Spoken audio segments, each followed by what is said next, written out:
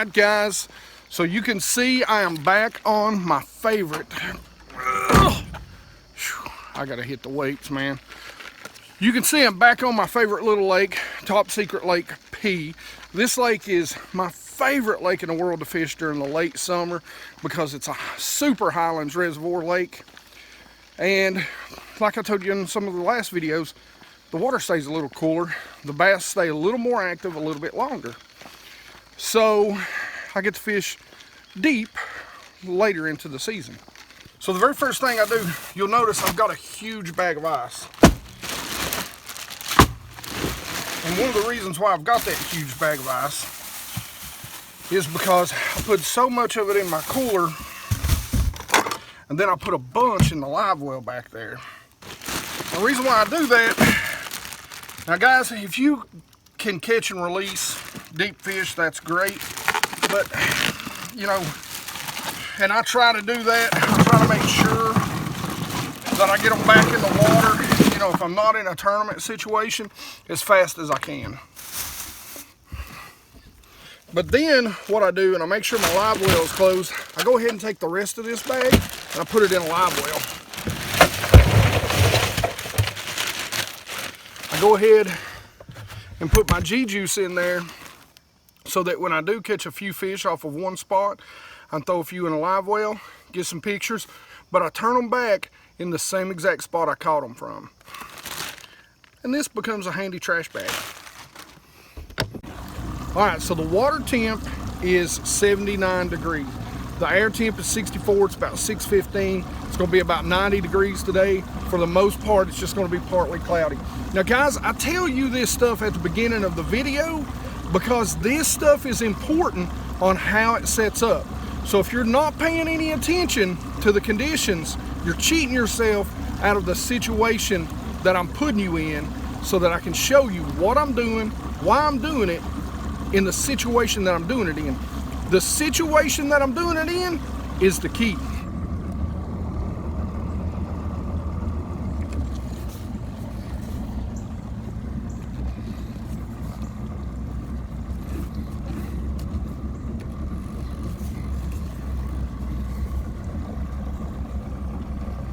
Alright guys, I'm going to show you something. Now this is not in Mega right now because I'm looking for fish, but that's what a brush pile looks like on 2D. And look, hanging right off the back side right there, we got a fish.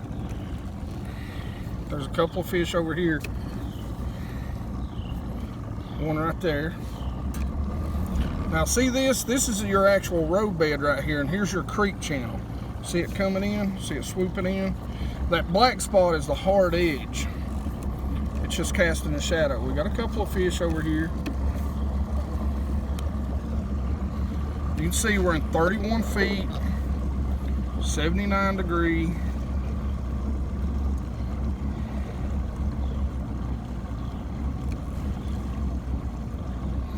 Little ball of shad right there. Not impressed thus far with this spot. Another little ball of shad. You can see the creek channel actually running right down beside us. We're sitting right over top. You can see how bright it is. We're sitting right over top. There's a lay down, if you can see it. Little tree down there. Right over top of the creek channel. I don't know if there's a dude on a kayak up here or not. So there's a guy in a kayak. It's on my first spot here. But I just wanted to share that with you. There's your creek channel. That's bass. Them streaks right there. I was sitting still a minute ago. We're going to go up in this. There's some more right there. You can see the shadows barely. I've got it tweaked up a little high right now, but like I always say, now you can see them a little better. Like I always say, it's kind of hard to tweak. There's one. And drive at the same time. I had to power cycle my units. There's some right there, right here in this ditch. And what you can see, we got a little cut right here. And, you know, it drops down, we're right in the ditch. You can see we're about 21 foot. Now look right there. There's a school of them right there. And again, for you guys with 2D sonar, lay some grass down there, and you'll start to see that grass in here. Again, about 27, 28 feet where this ditch line runs. You can see the grass, just a thin line of grass on the top.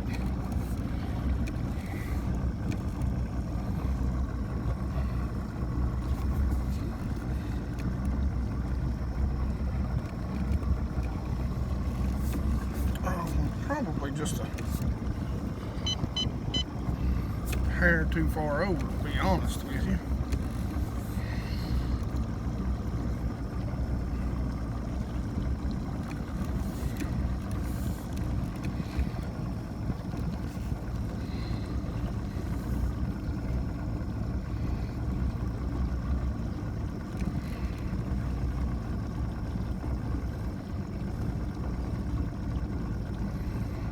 Not a whole lot in here right now. They seem to be more of them out on the main lake.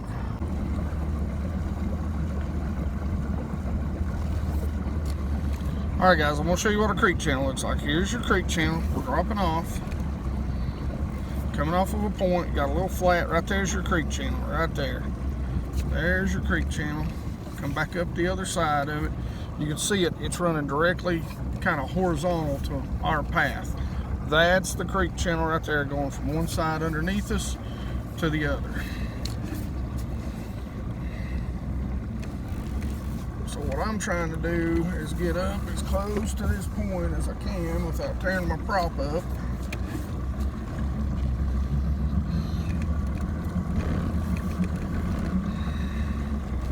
I'm coming right back down this point and off to this creek channel. Coming down, there's a small rim of grass. There in about 15 feet, some bass. And there's a nice little ball of shad down there with them.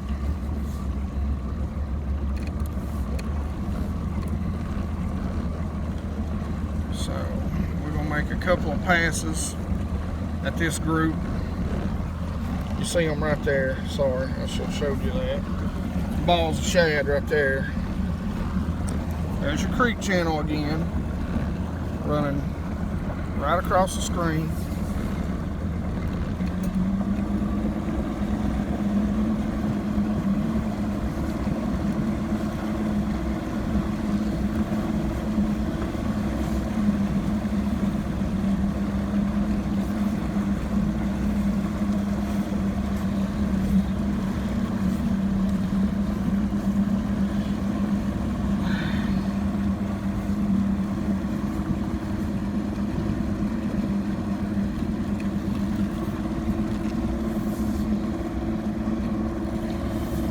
Now this time, right out there is where it was. This time we're going to make a pass a little closer to the bank because the creek channel swings in and then comes out.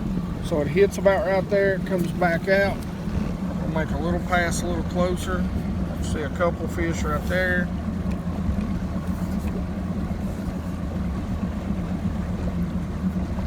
Maybe one right there. That may just be a branch.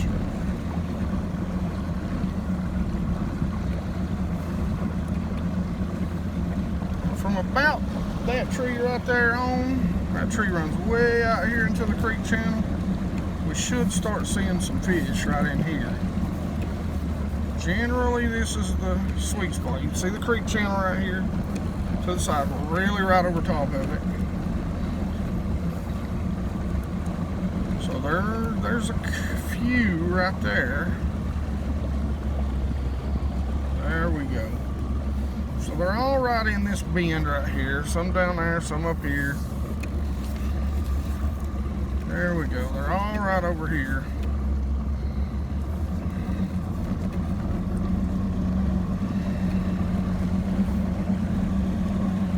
There we go. See, there's side skin. See, there's the shadows everybody talks about, but that is the biggest thing you really want to look for. See those bright dots? Look how far those shadows away. Depending on how far up in the water they are, you may not even see. If they're really shallow, their shadows may be completely off the screen. So pay attention to those white dots.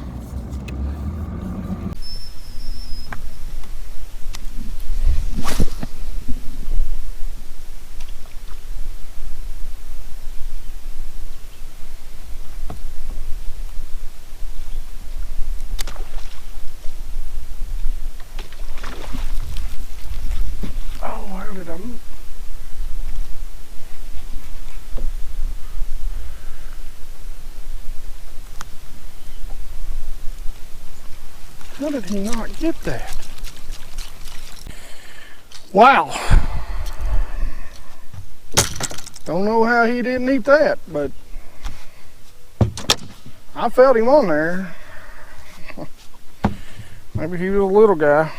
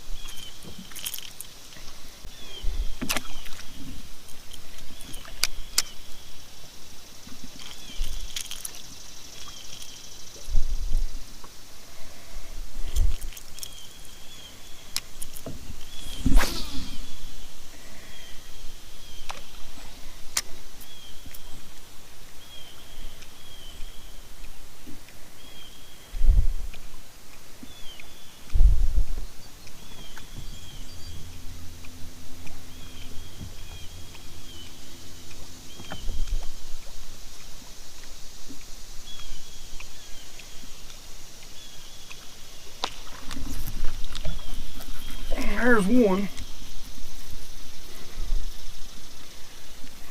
Finally got one. He feels like a pretty good in the way he's fighting. Stay down.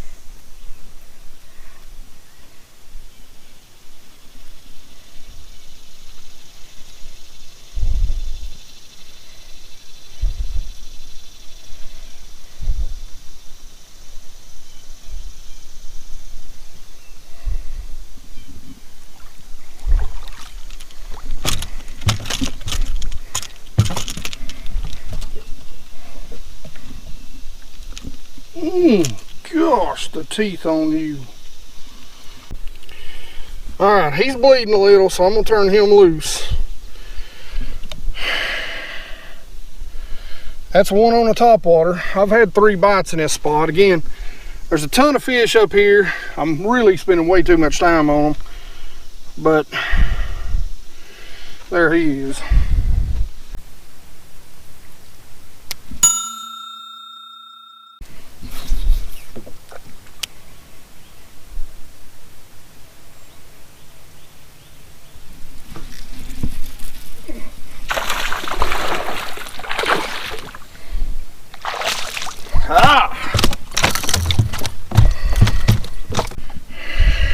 Nice solid 3. I mean, he is solid. Look how fat that belly is. Good looking fish.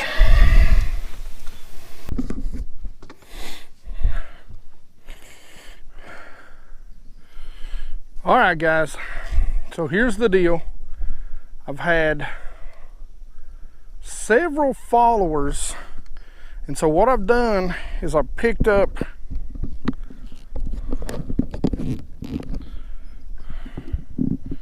this Arig.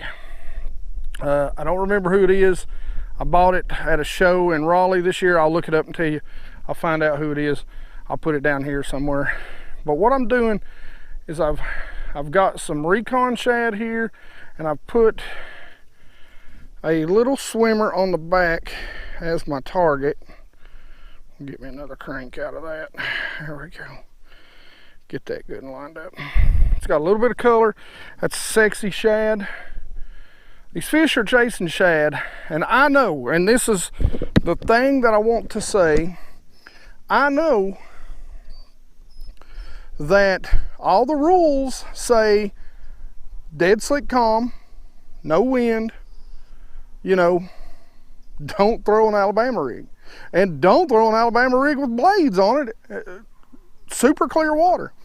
But these fish are so keyed in and are chasing these smaller shad. And they're so keyed in on these shad that I just dropped this overboard, and there were 3 fish right beside the boat following this thing around. I started figure 8ing it like I was fishing for muskie. I thought I was going to catch one for a minute. So there's always exceptions to the rules. We may not catch another one on it, but we're going to see what's about to happen.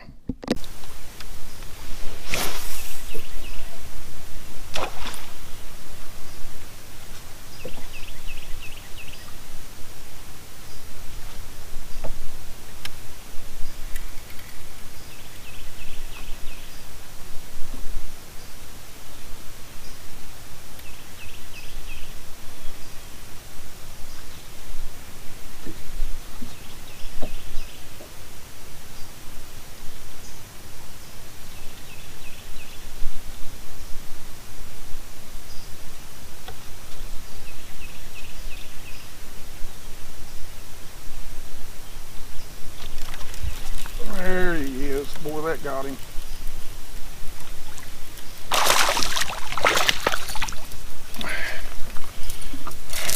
Don't tell me you can't throw an Arig in the middle of the summer out deep.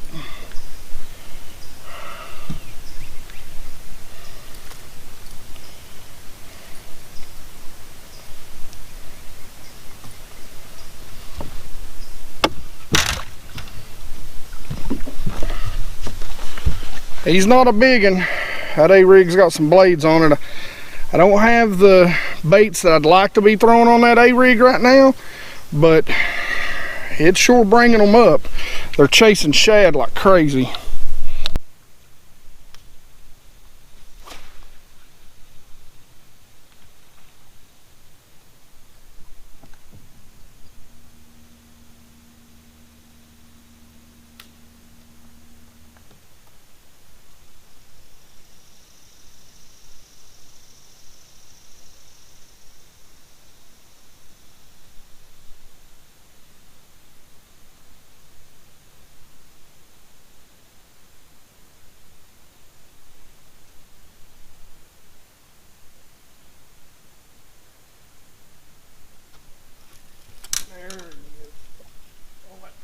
Good.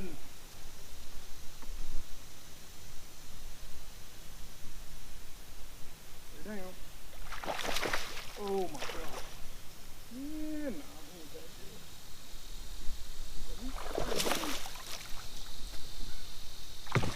good. I don't know, he's better. Alright, there's another. Probably solid 3, 3 1/4. He's not as fat. He come back and hit it that time. Change angles, guys. Change angles. I've changed angles on this. Throwing that big swim bait, that big Recon. Not the Recon. Have mercy. Throwing the big Patriot Minnow in my favorite color, that ghost shad. Put another one in the boat. Sorry, I got you guys back in the bushes back here.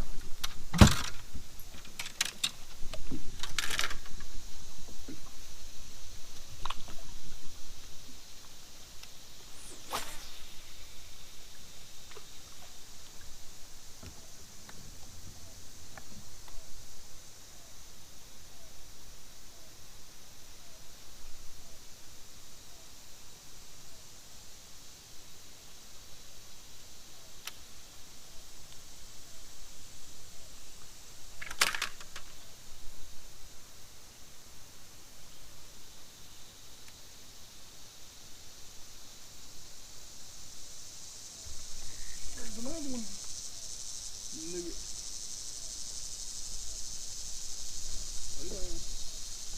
No! How the hell did that fish come off?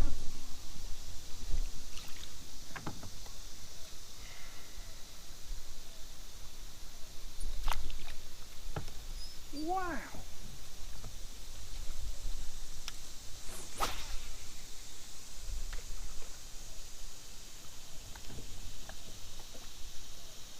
How'd that fish come off? I should have just... I played him. I played him.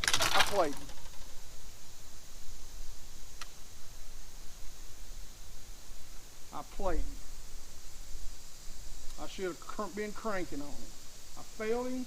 I thought he was a big fish, and I stopped cranking on him. He was swinging his head.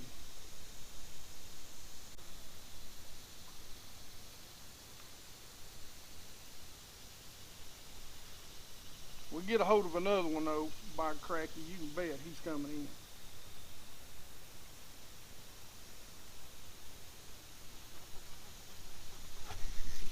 There he is. Yeah, we ain't gonna let you go. You can fight all you want. I'm putting you in the boat. Now that's how you fight a swimbait fish. You don't dick around with them. That's a spot. No, it ain't. Boys and girls, there's another one. He's a little smaller, but I figured something out about this school. Change, don't always think you know the right angle. Change angle for sure.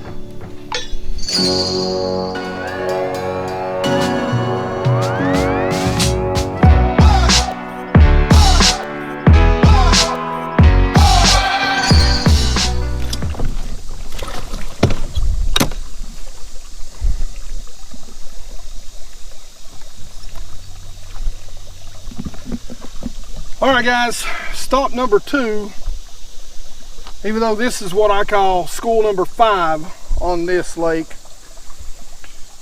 There was a kayak and apparently another boat here wearing them out this morning. I didn't stop to fish it. So, you know, I mean, I ain't gonna pull in on a guy, but the bad part about it is right where the school sits, the kayak was sitting right over top of. So let's see if we can rustle up a bite or two.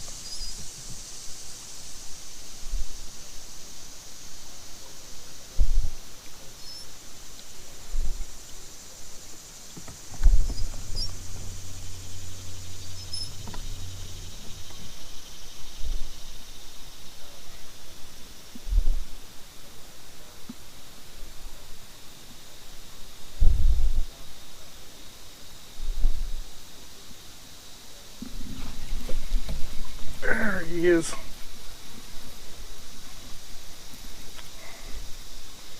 Right where it should be. It's a good one.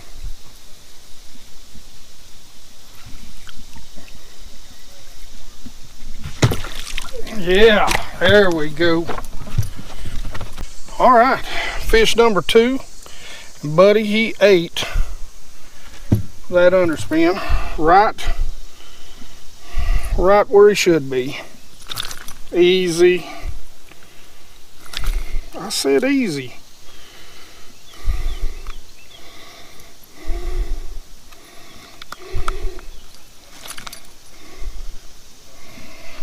Good, solid. I'd say he's every bit of 3.5. Nice fish.